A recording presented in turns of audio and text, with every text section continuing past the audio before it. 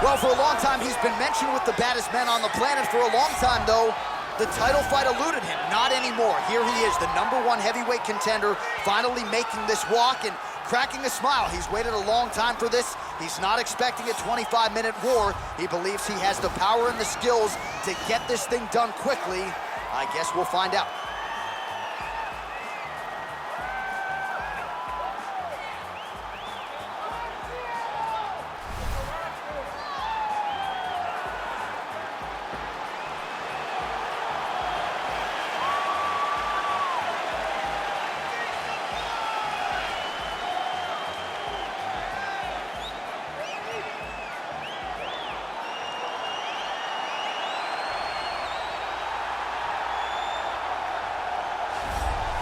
Well, a lot of people think it's the most significant title in combat sports. No argument from me. Baddest man on the planet, UFC heavyweight champion. There he is in the flesh. What an absolute monster. What a title reign it has been. But a serious challenge in front of him here tonight. When this man became the heavyweight champion, a lot of people thought that this challenger was the one who would wrest the belt away. Now the fight is here. We'll see if we get a new champion or if this man continues one of the greatest heavyweight legacies the Octagon has ever seen.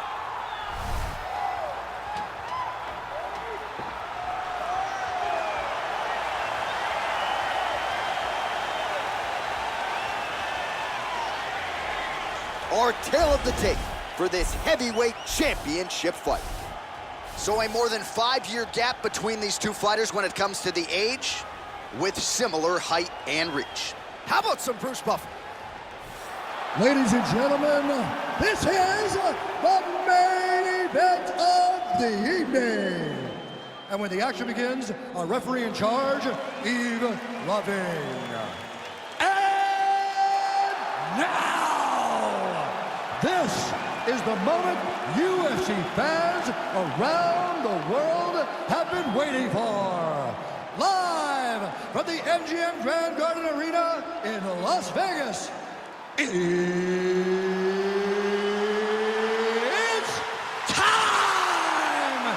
5 rounds for the undisputed UFC Heavyweight Championship of the world.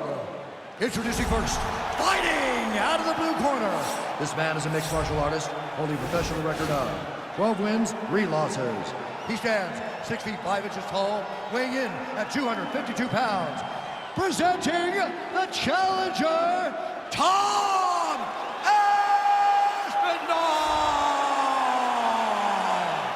And now, introducing the champion, fighting out of the red corner.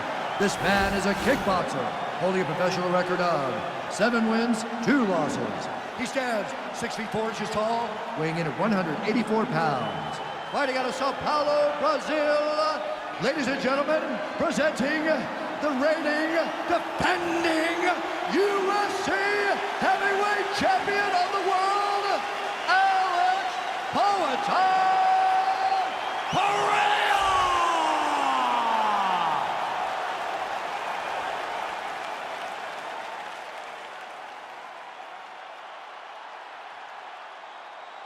UFC belt on the line. Protect yourself at all time. Obey my command at all time.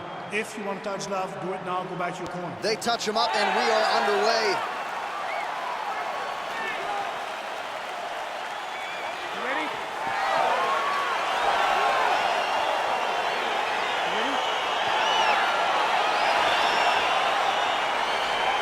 All right, so here we go with the start of this fight. I'm anxious, man. What a matchup it is, and it's going to be interesting. And it's going to be interesting to see who has the upper hand early. It's going to be difficult to find out how this plays out, right? Striker versus well-rounded fighter. Who's going to be the one that's going to control where this fight takes place? Big, powerful punch lands. Now he gets back in range. Lands a big right hand early.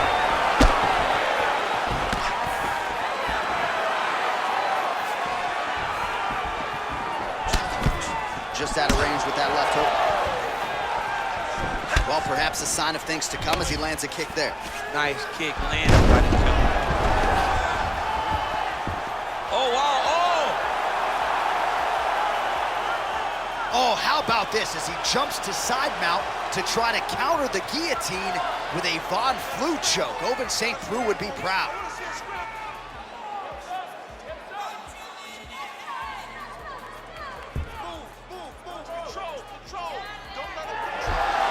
The sheer will is really remarkable to watch. All right, full guard here, DC. We'll see how soon he tries to pass. Well, he needs to be passing immediately. In the full guard is where you are in most danger as a top fighter because they have all of their submissions. Right. They have the guillotine, they have the armbar, they have the kimuras, they have all their locks when they're in the full guard. So if you pass, you really do limit the danger that you're in from the top position. All right, well, both fighters pretty comfortable on the ground, DC, but you got to be very careful hanging out here for too long if you're his opponent. All right, he's very comfortable fighting off his back, DC. Now looks like he's trying to hip escape. Yeah, he's trying to hip escape or maybe look for a Kimura here. Well, he's got his back now.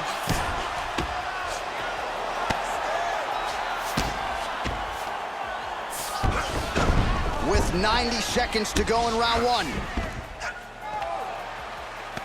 Now trying to hip escape. He's just trying to move out of this position off the bottom. The kimura is not the arm, it's the shoulder pressure that usually makes you tap.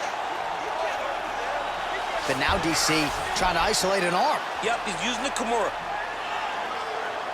Oh! Turn on the elbow, and he's going to chase the submission finish.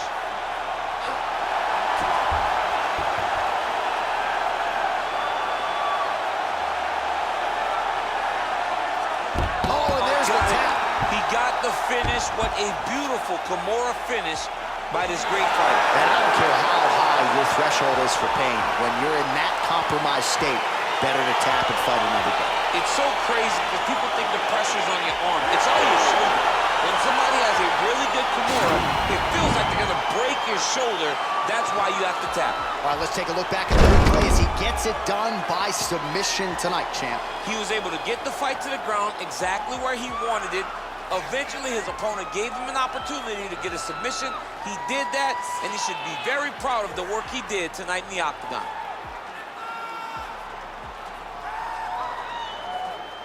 So what a moment for the undisputed UFC heavyweight champion of the world, getting it done tonight and with style points as he submits his opponent to win the UFC title. Ladies and gentlemen, referee Ian Levine called a stop to this contest at 4 minutes, 29 seconds of the very first round. Declaring the winner by tap out, and new undisputed UFC heavyweight champion of the world, Aspinall. So how about it? There is a new baddest man on the planet, the new UFC heavyweight champion. And he didn't just come in here and win on points here tonight. He submitted the defending, reigning UFC heavyweight champion, takes the belt into his corner, and this is just an amazing moment for fighter and coach and team. The celebration is on for the new UFC heavyweight